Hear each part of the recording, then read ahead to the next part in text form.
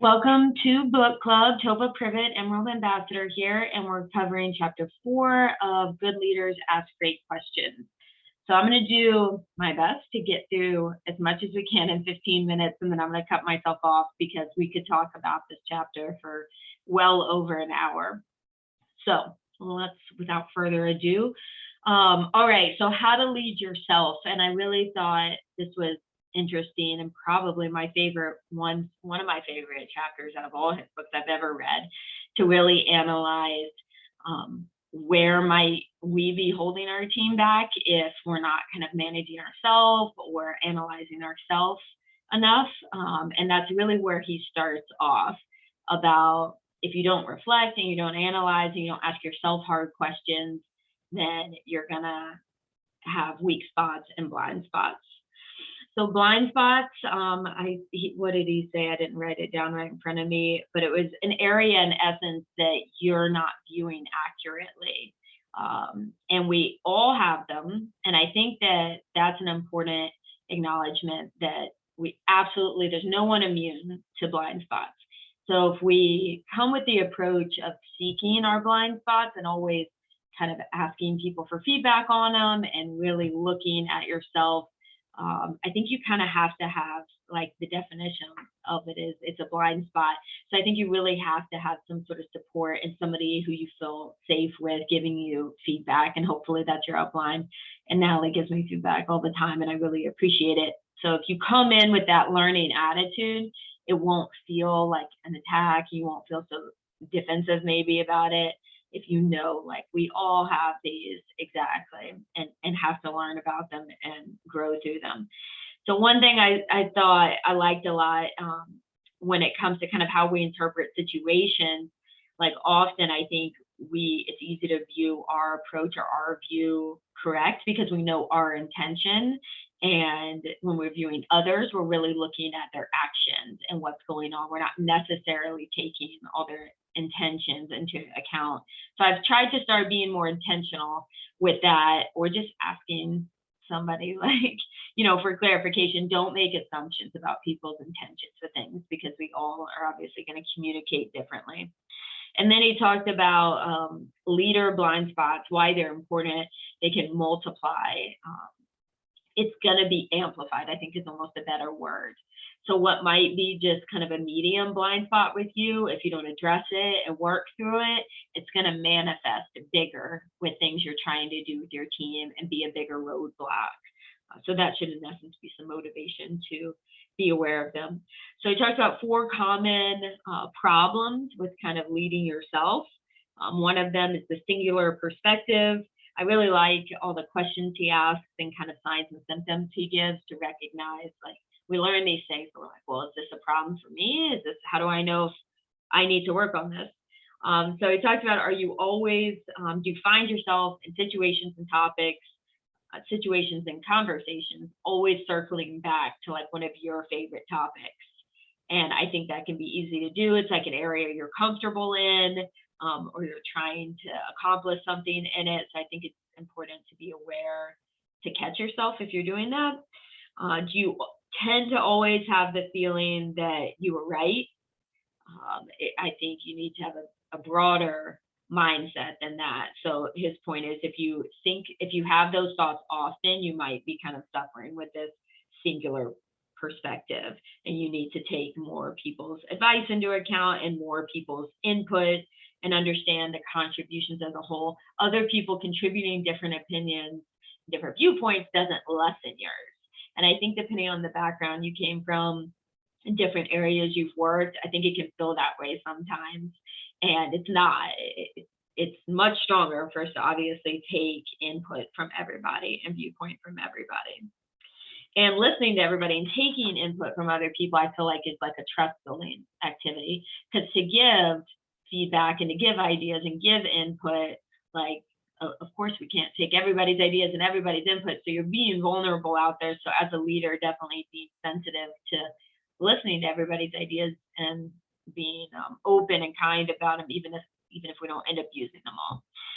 Insecure, this was a good one. I like how he explained that, because a lot of these terms we talk about, like insecurity or pride, or this or that, but we're not all functioning on the same definition. He says with insecure leaders, do you find yourself thinking all the time about like, well, what was my role in that situation, and really being oriented and focused on you and how you felt and what was going on with you in the situation. And he says worrying about what other people think, and I think another good way to say that is wondering about what other people think excessively. Of course, it's going to cross all of our minds, but if you find this to be a really common thought that your mind is constantly going back to in lots of situations, I wonder what they're thinking, then you probably are insecure in the area, which is totally okay, and you can grow in that and work on it. But until you recognize it, we can't fix it. Fear of looking weak, foolish, insignificant.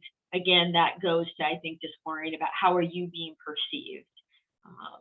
That shouldn't be all consuming for your thoughts. Insecure leaders take more than they give. They seek more validation than they give. Do you find, like, be brutally honest. These are hard conversations to have with yourself. Like really saying, like, do I seek more validation? Do I think I'm usually right?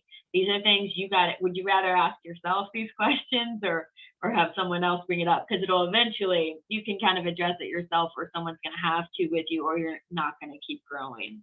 You're not going to be able to grow your team as fast. All right. Do you see others' success as a threat? I think this is a big one. Again, a hard truth that some people need to have with themselves. And I think you need to be kind to yourself that, again, we all have blind spots, and we all have, not everybody is going to be strong in all areas. So it's better to just be honest and recognize, like, maybe this is an area I'm struggling with. Why am I struggling with that? Read some books on it, work through it with someone, talk through it with someone. It's not going to just go away.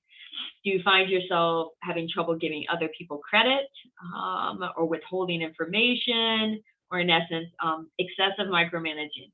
You think you can do it better and almost have a compulsion to do it better. You can't, like, delegate. Ego, pride was the next one. A know-it-all, kind of seeing others as inferior, blaming others for issues. I think this can be a hard one to recognize, because, like, if ego and pride are an issue for you, then, like, you probably wouldn't think it's an issue for you. So again, that's going to go back, I think, more to being open to feedback from people who are coaching you in your life. Do you find yourself being dismissive of other people's ideas, or how do you make people feel kind of put down or dismissed? Maybe that's a question you should ask some people on your team. Have I ever made you feel this way? And then weak character was his other one. And kind of what is character? And he talks about the sum total of all of our everyday choices. So the good thing about that is, like, every day is a new day, and you can make different choices and hold yourself accountable to a higher level. So watch, are you returning to old unhealthy behavior patterns that you've said you're going to change? Do you find yourself, really a lot of kind of character weakness stuff is you take an easy path, whether if that's selective truth or just an easier route, or you're kind of going for path of least resistance. That's not always necessarily the best way to go. Number 2, and I know this is a list of 10, I'm not going to talk about them all, don't worry. Sustainability. This is an important one, and he does the 4 Ps: passion, principles, practices, and people. So with passion, the whole thing about what's something that gets you out of bed quickly in the morning and you're excited to go do. If you're really having to drag yourself to do something, I wouldn't necessarily say, you're not passionate about Plexus, but the why in there, and it says, let your why determine your what. Like, you need to spend some time in there and figure out why you're not feeling passionate about it, why you're not pulled to go do your work. Even if some of it's not your favorite, you should still feel that passion and energy in there.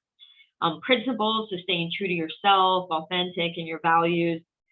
Daily practices. So this was a huge one for me. I have stars by this one. And I know I've heard it before, but it resonated. Successful people do daily what unsuccessful people do occasionally. I think the big takeaway is everyone's doing the things. Like, you can look at a large group of people in Plexus and they're all doing the things, and the literal only difference is the people that are doing them consistently. So that's good and bad. Like, that's a pretty easy fix, but like, don't give yourself too much credit. Like, there's a lot of people doing the same things, and really the ones that step up and are successful and grow are the ones who are consistent with it. So have that come to Jesus with yourself. And then people, like, who are you surrounding yourself with? What type of people are you bringing on your team? Do they share your vision? Leadership values was the next thing he gets into. And I think that one you really need to take some time about your personal core values and faith and how those correspond to what you want your business core values to be. And there's Brene Brown exercises and Maxwell exercises where you can print off a list, kind of figure out your top 4 or 5 ones. And I think you do need to do that to make sure your actions and goals are aligning with those. All right. And he talks about servanthood, purpose, and integrity, but the integrity one I wanted to mention the whole thing. And a lot of people will define integrity differently and how it shows up in your business. But I like how he said, you can't be the parent, the do as I say, not as I do. That does not cut it with leadership. You absolutely have to do more than you expect your team to do. And I think it does show low integrity to ask your team to do things that you're not doing and you're not willing to do. So, and it's going to break trust, and it just creates a bad, toxic environment with your people. So really be willing to step up and stay accountable to yourself for your expectations. Daily habits, really what you're focusing on, and we could spend tons of time on just daily habits and whole books on that. So I'm going to kind of breeze over that. A change of heart to add value, number 5. So I thought this was interesting. I would not have thought like a better way to add value would be to be closer to people, more relational to people. I wouldn't have thought of if I hadn't read that here. So I thought that was good, like tangible advice that like I can work on that. But being more relational and being closer with people absolutely corresponds to being more vulnerable. And pretty much his takeaway was that's okay. And you need to risk being vulnerable to be close to people, to be in a position to add value. And online, that can be tricky sometimes with trying to appeal to a lot of people. And I do think watching the successful people, the people who are really vulnerable with their audience and real and authentic, they tend to build trust with their audience quicker. So as uncomfortable as that is, again, you gotta come back to your goals and how bad you want to get to your goals versus how uncomfortable new things like that might make you. All right. If I'm already successful, like, why do I need to grow? If what I'm doing works, why change it? Growth separates long-term success from short-term success. So a great way to slow your success and stop your success is to stop growing. So the fact that you're here on book club is a really good sign. You value growth. But I think you need to communicate that to your team. Like, even if you're on fire and growing fast, it's like literally growing. If you don't keep a growth mindset and keep learning and being introspective, you'll reach your cap, you'll stop. And then he hits on humble leadership is the last thing. I'll kind of hit on an emotional filters quickly. Again, how would all of us define humility? I think there'd be a lot of different answers in this chat if we did that.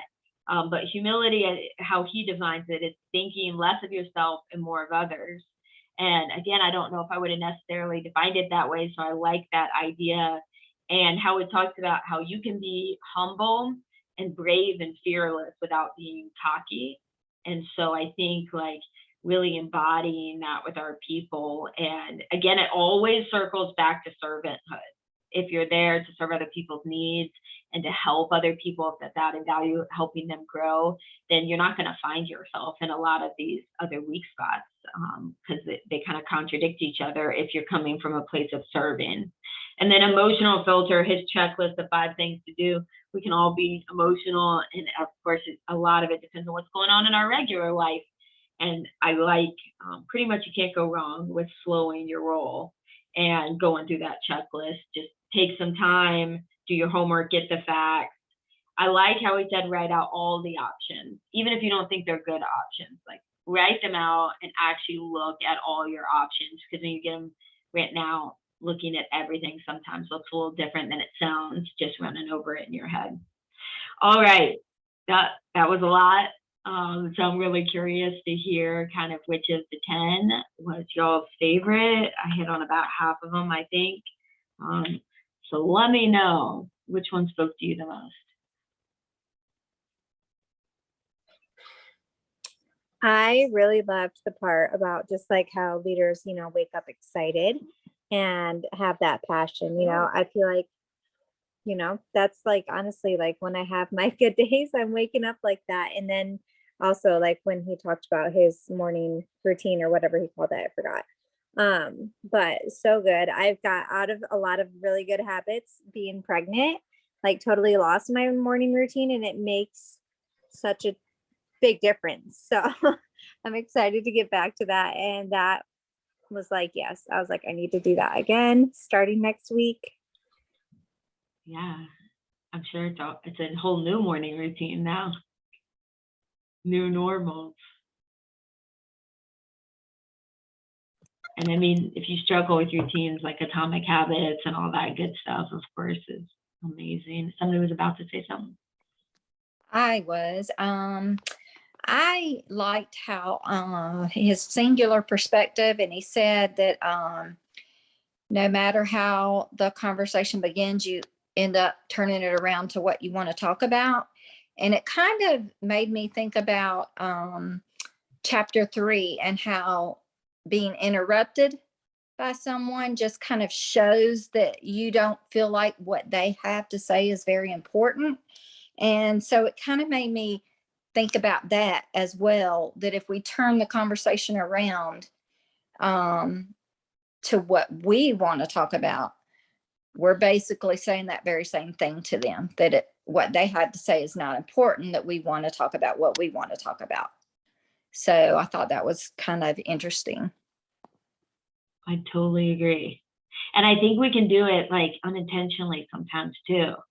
And it feels like a safe default, like to talk about what you know, what you like. But yeah, it completely is dismissive almost of what someone's trying to bring up.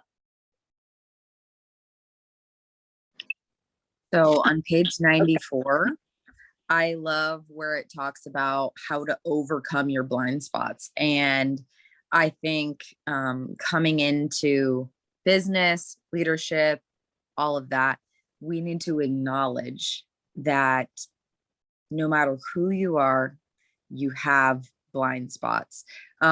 We just got back from Leaders Retreat, and there was a point in there where it says, he who has himself as a mentor has a fool as a mentor. And that just like rocked me to my soul. Because if you don't have a mentor, I mean, you literally have a fool as a mentor, which is yourself. And so I stepped back and I was like, man, who are my mentors, and I evaluated that I have like 6 different people that I go to for mentorship. Because I don't ever want to be operating out of my blind spots, because we all have blind spots no matter who you are. And so this part I feel like is such gold, where it goes through the breakdown of how to overcome blind spots. Assume that you have blind spots. Ask those who know you best to identify your blind spots. That takes major humility. Assume your blind spots cannot be removed by you alone. Wow. Openly discuss your blind spots with your inner circle. Humility again. Develop and empower a team to cover your blind spots. Wow.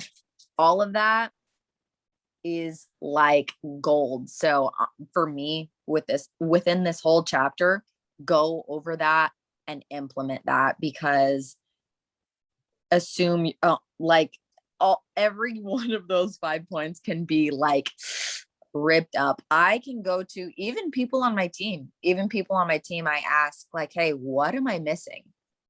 Because I assume I am missing something. I assume there is something that I'm not seeing. There's no possible way that I could see everything that I need to see. So I just think that is worth its weight in gold. So that's it. I That's all agree. I got. It was so good. And like, it's not going to feel good for anyone. I think just like accepting that and embracing the suck of that, like no, it doesn't feel good for anyone to be like, oh, you're not really good at these things. You need to work on these things. But like, wouldn't that be better? I'd much rather deal with that now than have it jack up my business later and hurt people's feelings and all sorts of mess. That's so good. Yeah, all of the blind spot stuff was so good. I love the passion, just kind of like what Courtney was saying too. I underlined all of that first section where it says passion gives you two vital leadership characteristics, energy and credibility. And I mean, that is like your energy. And Nat always says this to us, like your energy is everything. Like if you're talking to someone and you're not excited about what you're doing, what would make you think that they're going to want to do what you do? So that's something that I love. And even when I've struggled in my business, like I have felt that, like the more down I am, or like the less excited I am, like nothing's going to happen from that. You have to like create that energy for yourself, get back to your why, create that passion so that you can get back to this place of excitement. And then I liked on page 105 how it talks about, growth. And this one quote here on page 105, it says, "It is the capacity to develop and improve their skills that distinguishes leaders from followers." And so I think that is always a good reminder for us to just continue to grow. Like we all know no one's ever just, I made it, I'm done growing now, it's constant. It's a constant thing to be on a growth journey. And I just think this part was just so good. And then, yeah, on the top of that too, I have this whole section underlined. As time goes by, the gap that separates those who grow intentionally and those who don't widens. And you just know, and he talks about age and how like when you're younger it might not matter, and then you get older and then you see like it really does matter, and you could really tell like who's been intentional about their growth and who hasn't. Yeah. This chapter, I read a lot of books, you guys, and I'm pretty sure that this chapter had more stuff in it that makes you like, I need to reread this chapter. And I don't ever feel that way. Like usually when I'm done, I'm done. But this had like every single paragraph had something that you really need to pay attention to. It's so good. On page 98, I love where he says, "I believe that no leader ever needs to burn out." And I felt that many times, like when I hear people say I'm burnt out or this or that, it's always bothered me because I've never had that. Like I might have a bad day or I might have a season of life that I'm a little slower, but I've never been burnt out. And he says that he's 66 years old. He's never had that. He's been tired or discouraged or frustrated, but you need to tap into your passion, stay true to your principles, implement the right practices, and surround yourself with the right people. And so those 4 things is what I would write down as the cure or the prevention for being burnt out, which again, people say that so often it seems, and then back on page 97, I love the little box where it talks about taken from Today Matters. Just daily practices. It's doing the things every day. People who are successful do daily, like Toa said, what people who are unsuccessful do occasionally. That's it. That's what separates successful people from unsuccessful people. It's their habits and their practices and the things that they're doing every day. And that book, his book, Today Matters, is really good. I read it a couple years ago, but yeah, so many good things here.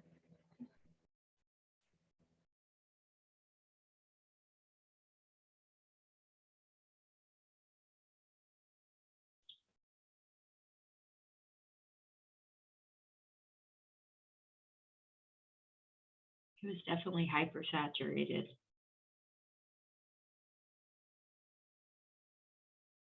Any other standouts? like wow moments for anybody?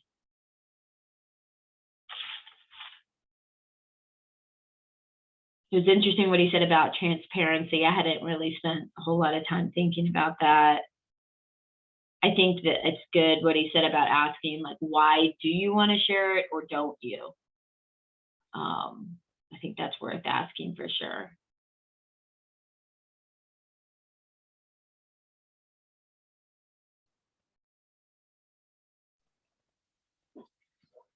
I thought the part where he talked about people who withhold information was actually super interesting because I've had people do that to me, just like different family members on my husband's side, and I'm like, makes sense now.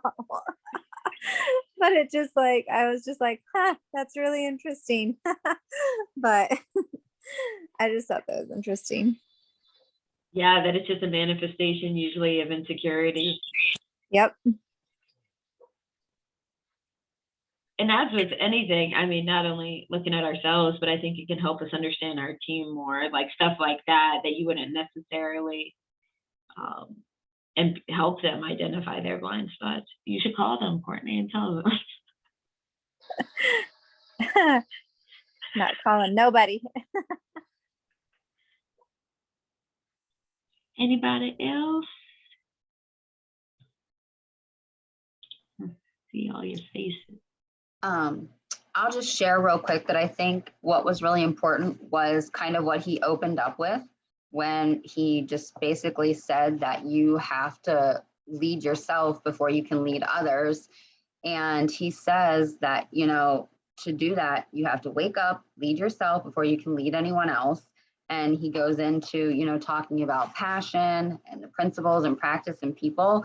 And I think the passion thing is just so true. People are so drawn to, you know, your energy, your credibility, you know, how you are every day with, you know, the products, the business, leadership, everything. So I love that. And I think it's so true. I think Fallon, that's what we were just talking about the other day too.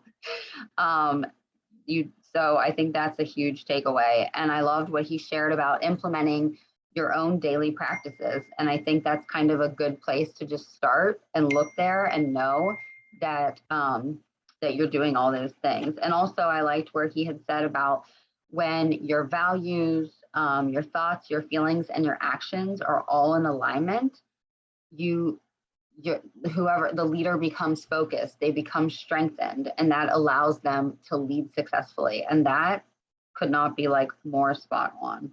So, and I think again, that goes back into just, you know, pushing past your fears and your comfort zone and growing, and all that. So I really liked how he opened up with that. I think that's a big core takeaway, that you have to lead yourself and your life before you can effectively lead other people.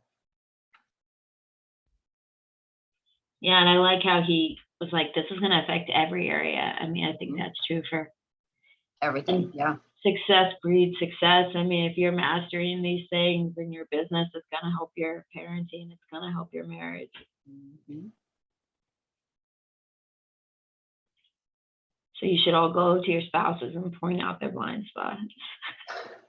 That's the takeaway. I'm just kidding. Don't do that.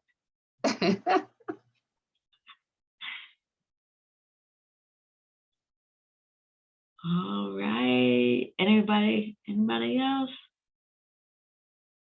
Well, I appreciate you guys making it before Good Friday. I hope everybody has an awesome Easter. And then next week will be chapter 5. See you guys later.